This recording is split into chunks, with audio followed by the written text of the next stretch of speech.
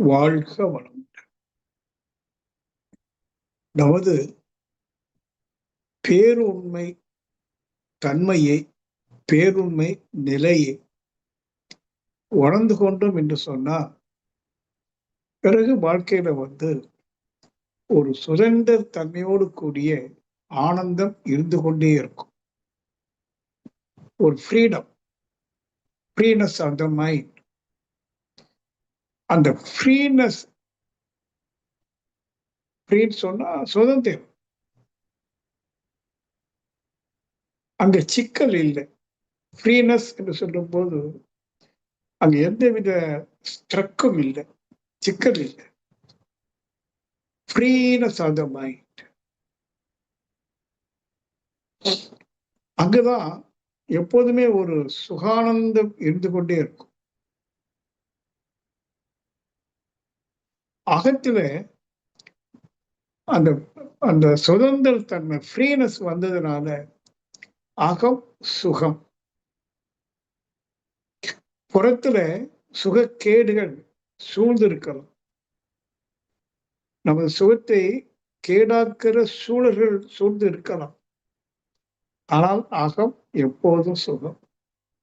எப்போ நமது பேருண்மையை உணர்ந்து கொள்ளும். நமது பேருண்மை என்ன? சக்தி. பிரபஞ்சம் முழுவதும் இயங்கக்கூடிய சக்தி. அதுக்கு அப்பால அடக்கமுற்ற சக்தி. சிவமும் சக்தி. அந்த சிவசக்தி என்பது ஆனந்த சொரூபம்.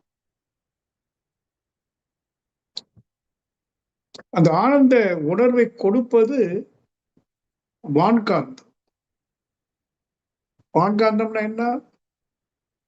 அடக்கமுற்ற சிவம் எழுச்சி பெற்ற சக்தியாக இயங்கி அந்த சக்தியை பரவ விடுது.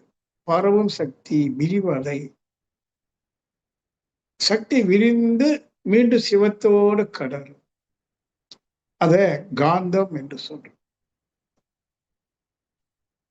அந்த காந்தத்தை ரெண்டு வகையா பார்க்கணும். ஒரே காந்தம் தான்.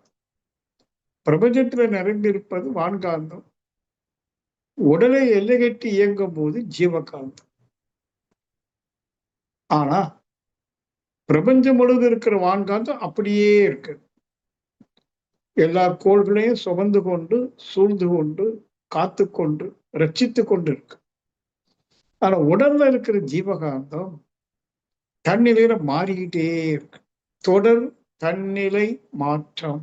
ஏனென்றால் புலன்கள் வாயிலாக பலவிதமான உணர்வுகள் ஒரு தாக்கத்தை ஏற்படுத்தும்.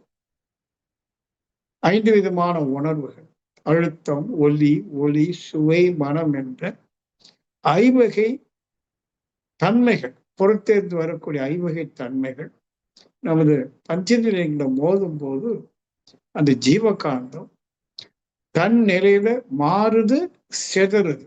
ரெண்டு இருக்கு. ஜீவகாந்தம் மாறுது. அழுத்தம், ஒலி, ஒளி, சுவை, மனமாக மாறுது, செதறுது, அழியுது அல்லது செலவாகுது. Conversion and consumption of biomagnetism is mind. அப்ப என்ன புரிந்து கொள்கிறோம்? ஜீவகாந்தம் புலன்படி தன்மாற்றம் அடைந்து செதறி பல அனுபவங்களை பெற்று அந்த அனுபவங்களை தொகுப்பாக்கி இயங்கும் போது அதை மனம் என்று சொல்லும். அப்ப மனம் என்பது உயிரினுடைய செலவு. Consumption of biomagnetism is mind. அப்போ தவத்துல இப்போ நம்ம தவம் பண்ணோம், கொஞ்சம் நல்லாவே பண்ணணும். பண்ணும்போது என்ன ஆகும்? ஜீவகாந்தம் தன்மாற்றம் அடைய செலவாக அது என்னாகும்? தேக்கம். செலவாக வேண்டிய ஜீவகாந்தம் உடல்ல தேக்கம் வரும். தொடர்ந்து ஜீவகாந்தம் உற்பத்தி ஆகி கொண்டு இருக்கு. அப்போ ஒரு குறிப்பிட்ட அளவுக்கு மேல உடலுக்குள்ள தேக்கமுற்று நிற்க முடியாது. அது என்னாகும்? உடலை விட்டு காந்தமாகவே விரிவடையும். செலவாகாம காந்தம் தன்னிலை மாறாது செலவாகாது ஜீவகாந்தமாகவே விரிவடை. விரியும் போது வெளியில என்ன இருக்கு? வான்காந்தம். அதோடு கலந்து விடும். நதி கடலில் கலப்பது போல வான்காந்தத்துல கலந்துடும். எப்ப வான்காந்தத்தோட கலந்துட்டோமோ அப்பவே பிரபஞ்ச சக்தியாக மாறிடும். அப்ப இது சரியா அந்த தவம் அமையும் போது தன்னை உடலுக்கு என்ன கட்டி உணர்ந்த மனம் தன்னை பிரபஞ்சமா உணரும். இப்ப நான் யாருன்னா பிரபஞ்சம், விஸ்வரூபி, பிரபஞ்ச இயக்கம், வான்காந்தம். சரி, பிரபஞ்சமாக இயங்கிக் கொண்டிருப்பது எது அப்படின்னு வரும்போது சிவம், சுத்தவெளி, எல்லையற்ற பரம்பு.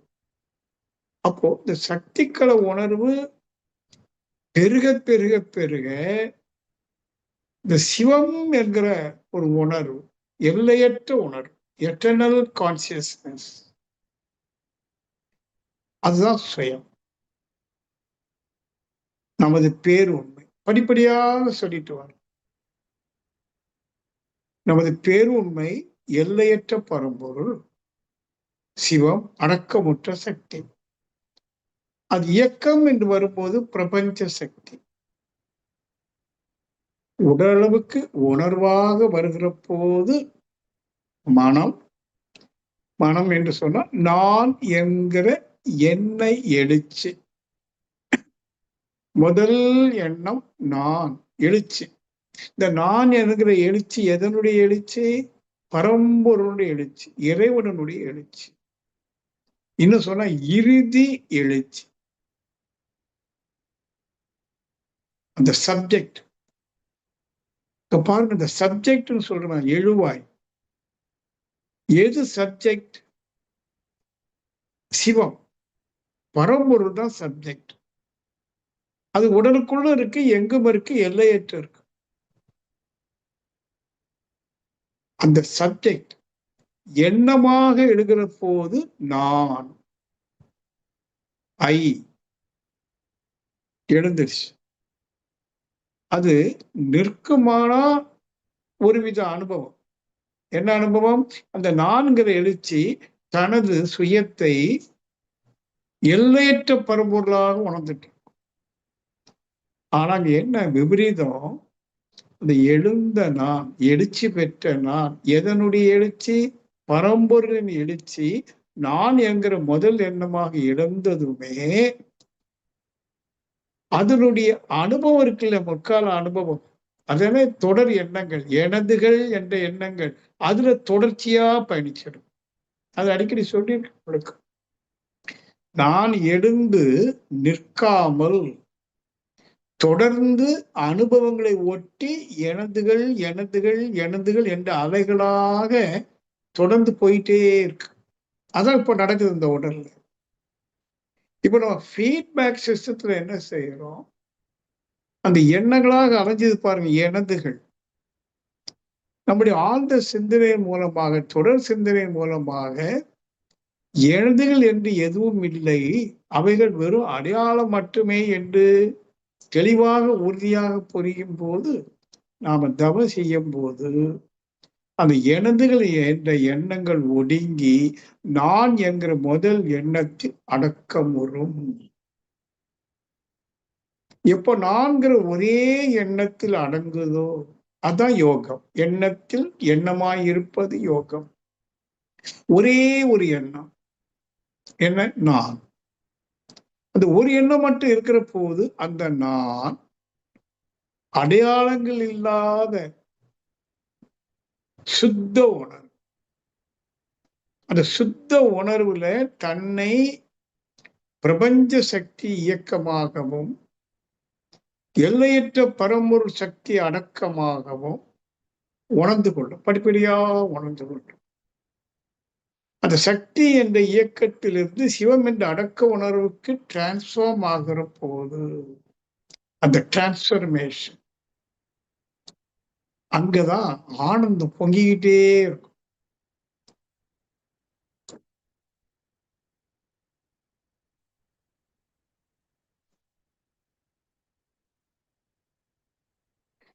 இந்த ஒரு அனுபவம் அப்பப்போ நமக்கு வந்து வந்து பழகிட்டோன்னு வைத்துக் கொள்ளுங்களேன்.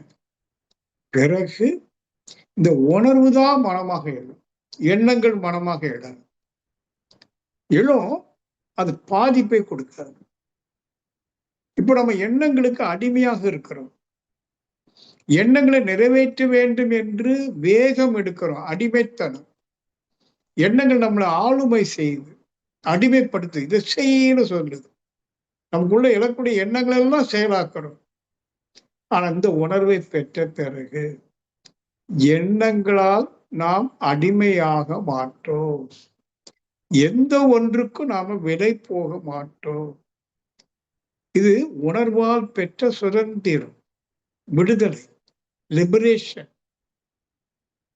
இதாங்க ஆன்மீகம். இந்த ஆன்மாவுக்கு விடுதலை ஆயிடுச்சு. இப்போ ஆன்மா சிறைப்பட்டு கிடக்கு மனதில். மனதில் எழக்கூடிய ஆசைகளோடு கூடிய எண்ணங்கள் இன்னும் பெற. ஆனா அந்த முழுமை உணர்வு பெற பெற எண்ணங்களின் ஆளுமை அழிந்து போகும். எண்ணங்கள் வரும், ஆளுமை செய்யாது, நம்மளை அடிமைப்படுத்த. இந்த உணர்வு சுதந்திர உணர்வு, ஒரு லிபரேட்டட் சோல். இந்த ஆன்மா முற்றிலும் விடுதலை அடையுது. இதுதான் ஞானம், அத்வைதம். அப்போ ஒரு குரு மகான் வேதாத்திரி மகர்ஷி அவர்கள் நமக்கெல்லாம் என்ன கொடுக்கறாங்கன்னு சொன்னா விடுதலை கொடுக்கறாங்க. நம்ம லிபரேட் பண்றாங்க, நம்மளை அடிமைப்படுத்துவது இல்லை. ஒரு ஞானி, தன்னை உணர்ந்த ஞானி தன்னுடைய சீடர்களை அடிமைப்படுத்த மாட்டார்கள்.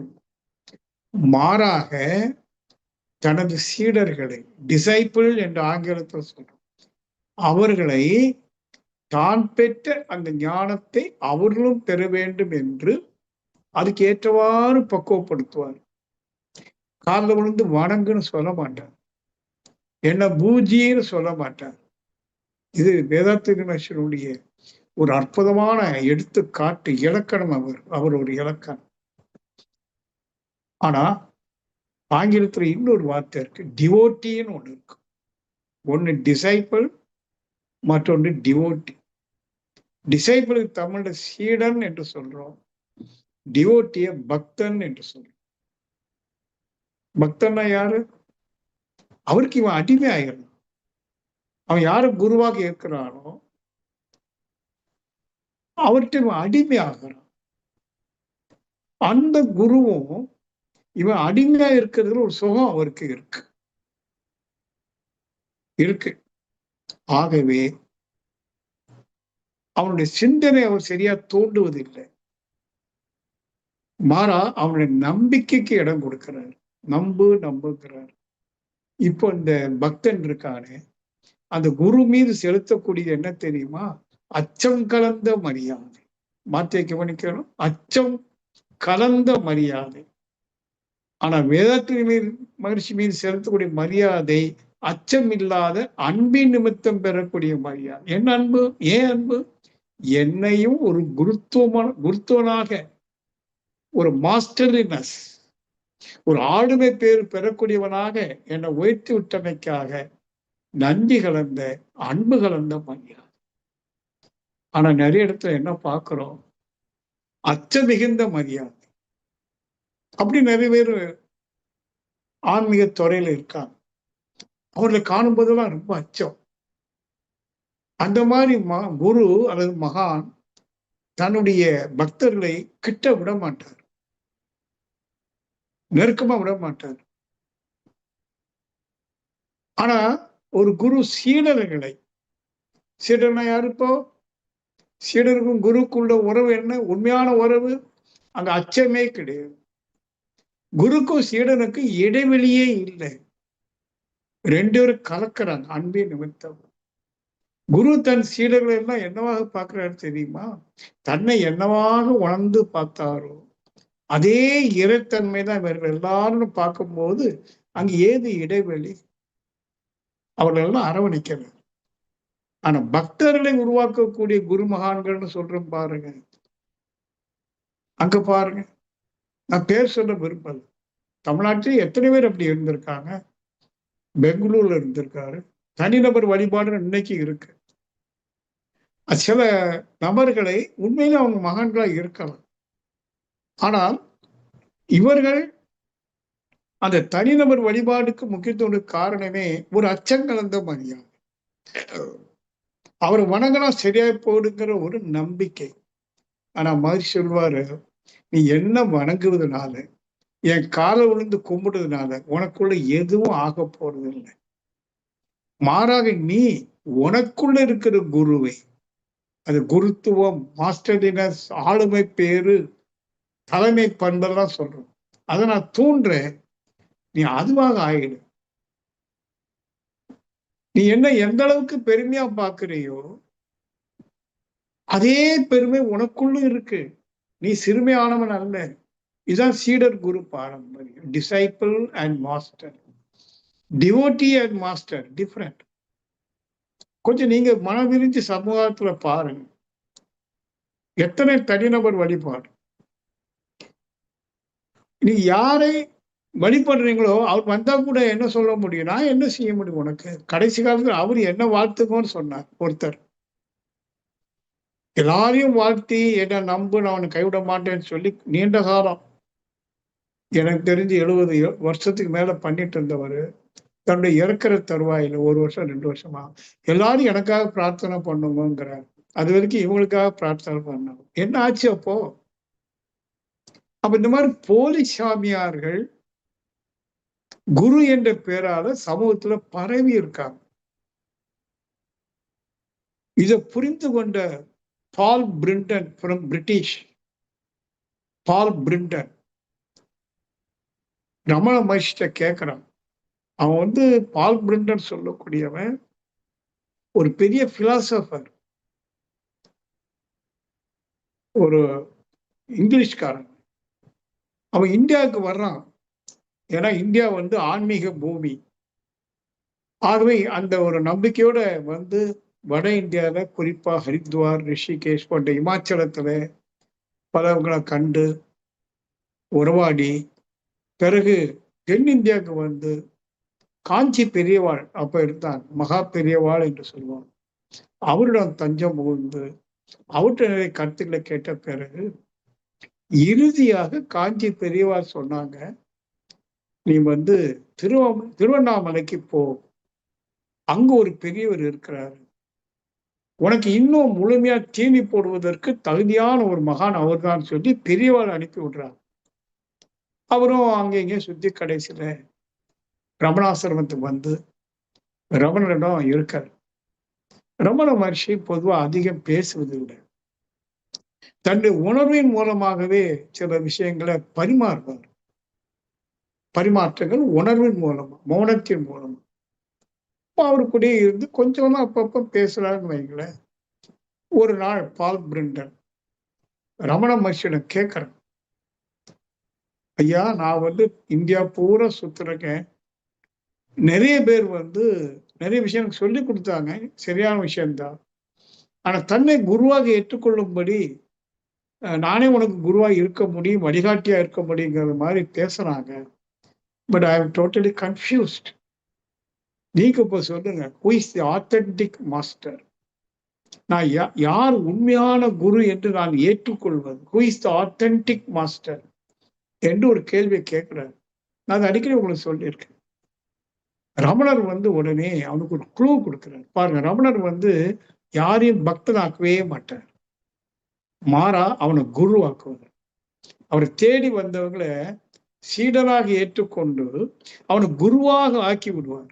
அதுக்கு வேண்டிய சிந்தனை தூண்டலை தோன்றுவார். இப்ப நம்ம மகிழ்ச்சி என்ன சொன்னார்? எல்லாம் வல்ல தெய்வம் அது, எங்கும் உள்ளது நீக்கமற, நோ டவுட். ஆனால் நீ சுயமாய் சிந்தித்தே தெளிவாய், நீ யூ ஆர் யுவர் மாஸ்டர் மகரிஷி. அதேதான் ரமணர் சொன்னார். ஒரு க்ளூ கொடுக்கிறார். யாரை நீ ஒரு ஆத்தென்டிக் மாஸ்டரா எடுத்துக்கிடணும், யார் உனக்கு உண்மையான குருவாக இருக்க முடியும் என்றால், நான் ஒண்ணு சொல்றேன் கேளப்பான்னு. என்ன சொன்னார்னா, உன்னில் இல்லாததை வெளியில் எடுப்பவர், உன்னில் உள்ளதை உனக்கு கொடுப்பவரும் யாரோ அவரை குருவாக ஏற்றுக்கொள். புதுசா கேட்கக்கூடிய உங்களுக்கு கொஞ்சம் முரண்பாடா இருக்கும் இந்த கருத்து. உன்னில் இல்லாததை வெளியில் எடுப்பவன். பால் பிரண்டன் உடனே மனசுல கேட்கிறான், அது எப்படி என்னிடம் இல்லையே, இல்லாதது எப்படி எடுக்க முடியாத இல்லையே. சோ ஒரு முரண்பாடு. அப்புறம் உன்னுள் உள்ளதை உனக்கு கொடுப்பவர்னு சொல்றாரு. எனக்குள்ள இருக்கிறது எப்படி அவருக்கு கொடுக்க முடியும்? அதான் என்கிட்ட ஆல்ரெடி இருக்குதே. சோ ஒரு முரண்பட்ட கருத்து வெளிப்பாடு. ரமணர் சொல்றாரு, அங்க போய் உட்காரப்பா, நம்ம சொன்னத சிந்தனை செய். பால் பிரண்டன் அமைதியா உட்காந்து தியானத்துல உட்கார்ந்துட்டு இந்த வசனத்தை திருப்பி திருப்பி சொல்றேன். என்னுள் இல்லாததை எடுப்பவன். அப்போ அவனுக்கு சிந்தனை, அவனும் ஒரு பிலாசபர் இல்லையா, அவனுக்கு புரியுது உண்மையில் என்னுள் இல்லை அது, ஆனா நான் இருக்கு என்று கருதுகிற ஒரு மயக்கம். அவ என்னுள் இருக்கு என்று நான் நினைக்கிறது உண்மையில் இல்லை என்று என்னை புரிய வைப்பவர் யாரும். அது எது? நான் ஒருத்தன் இருக்கே நம்ம நினைக்கிறோமா இல்லையா? அப்படி ஒரு தனி நபர் இல்லை. There is no I as an individual being. நான் என்று ஒரு தனி மனிதன் உள்ள இல்லை. நான் இருக்கு நினைக்கிறேன். அதான அகம்பாவம், ஆணவம். ஆண் அவம், அவம்னா துன்பம். இந்த அகம்பாவம் தான் துன்பம் தருது. அப்படி இல்லைன்னு யார் எனக்கு புரிய வைக்கிறாரோ அவர் இன்னும் உள்ளதை எனக்கு கொடுப்பவர். அப்ப என்ன நினைக்கிறேன், என்கிட்ட தான் அது இருக்கு, நான் இல்லைன்னு நினைச்சிட்டு இருக்கேன். இல்லைல்லப்பா அது உன்கிட்ட தான் இருக்கு. அது என்ன? தெய்வம். தெய்வம் எங்கேயோ இருக்குன்னு சொல்லி தேடி அலைஞ்சுதானே லண்டன்ல இருந்து இந்தியாவுக்கு வந்திருக்கிறேன். தேவையில்லை, அது உனக்குள்ளேயே இருக்கு இன்னும் புரிஞ்சுக்கிட்டான். நல்லாவே தெளிவா புரிஞ்சுக்கிட்டு ஒடியே வந்தான். ரமணர் காலில் விழுந்து வணங்கி, ஐயா நான் புரிஞ்சுக்கிட்டது இப்படித்தான். சரி, இப்போ who is your authentic master? இவர் அவன்கிட்ட கேட்கிறாரு, இப்போ சொல்லு, உனக்கு யார் உண்மையான குரு? அவர் என்ன சொல்லியிருப்பார் நினைக்கிறீங்க? பால் பிரண்ட், ஐயா நீங்க தான் கையெழுத்து கொண்டான். ஆனா மாங்காம் அடையா, இதை கண்டுபிடிச்சது நீ தானே. நான் உனக்கு கொடுத்த ஒரு க்ளூ, அது சரியா புரிந்து கண்டுபிடிச்சவன் நீ தானே. சோ நீ தான் உனக்கு ஆத்தென்டிக் மாஸ்டராக இருக்க முடியும், நான் அல்ல. இதான் பாருங்க, இந்த குரு சீடன் பாரம்பரியத்தை பாருங்க. இங்க எங்கேயாவது அடிமைத்தனம் இருக்கா?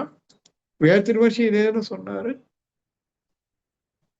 ஆனா நிறைய பேர் பக்தர்களை உருவாக்குகிறார்கள். பக்தனை யாரு? அச்சங்கலந்த மரியாதை செலுத்தி வணங்குபவன். சீடன் யாரு?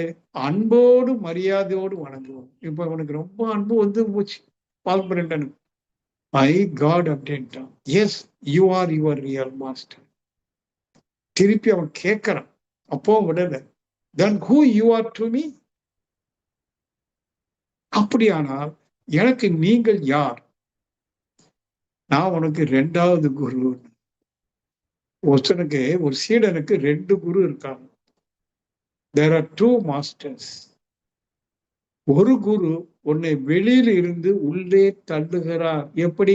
சிந்தனை கொடுத்து, சிந்தனை தூண்டுதல் மூலமாக புறம் சென்ற மனதை அகநோக்கி திருப்பி விடுகிறார். உள்ளிருக்கிற குரு உன்னை உள்ளே இழுக்கிறார். அதான் ஆல்மைட்டி இஸ் கிராவிட்டின்னு சொல்றேன். தள்ளலும் கொள்ளலும். தள்ளுபவன் வெளியில் இருக்கிறான், கொள்பவன் உள்ளே இருக்கிறான் என்று அவனுக்கு புரிய வைக்கிறான். இதெல்லாம் எதுக்கு சொல்றேன்? நாம் அனைவரும் வேதாத்திரி விமர்சிய குருவாக ஏற்றுக்கொண்டவர். அவர் நாம வழிபாடு செய்ய வேண்டாம். அவருக்கு ஊதுபத்தி குளிச்சு வச்சு மாலை போட்டு பூஜையெல்லாம் காட்டி செய்ய வேண்டாம், செய்யக்கூடாது அவர் சொல்லியிருக்காரு.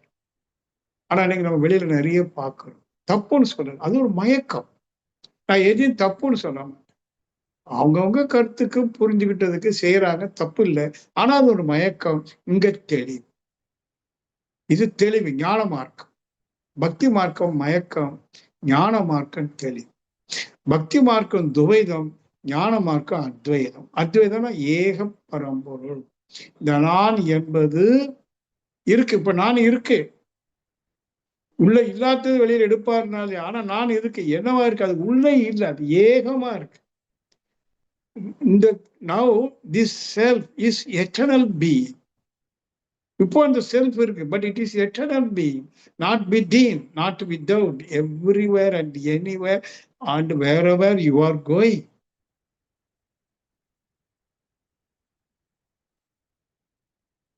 ஒரு total freedom of the consciousness.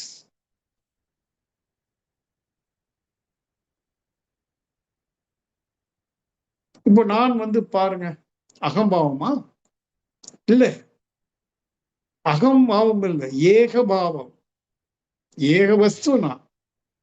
நானே அனைத்துமா, எல்லாமா, எப்போதுமா, எங்குமா இருக்கிற ஒரே பொருள் நான். ஆனா அந்த நான் அகம்பாவம் அல்ல, ஏக வஸ்து.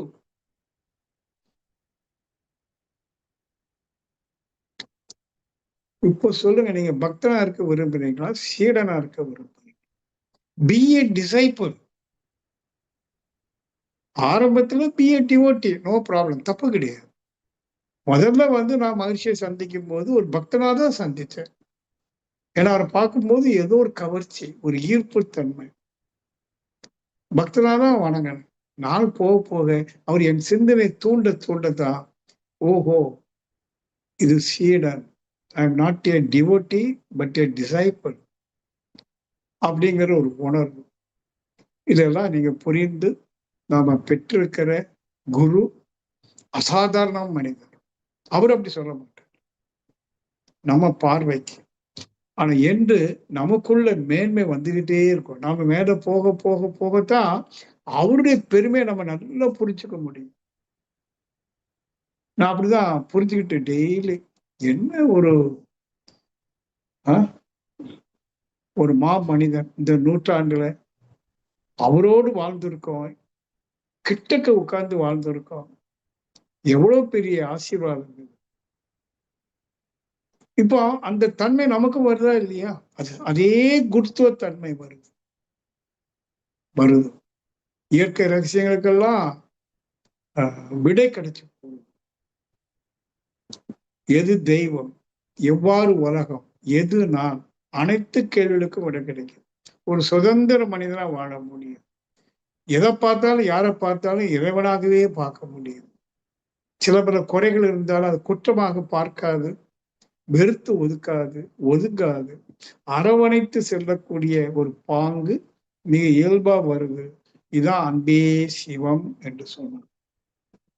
ஆகவே அன்பர்களே, உங்களுக்கு கிடைத்த இந்த வாய்ப்பு, வேதம் குழுமம் ஆன்மீகம் அறக்கட்டளை, வேதாத்திரி மகிழ்ச்சி ஆன்மீக கிராமம், நல்லதொரு வாய்ப்பு.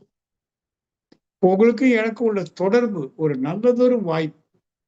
நீங்க இந்த வாய்ப்பை தவற விடாது பயன்படுத்தி கொண்டு, உங்க தகுதியை உயர்த்தி கொண்டு, ஒரு நாள் உங்களையும் நீங்கள் பரம்பொருளாக உணர்ந்து விடுதலை பெற வேண்டும் என்று கேட்டுக்கொண்டு நிறைவு செய்கிறேன். வாழ்க வளம். வாழ்க வளம்.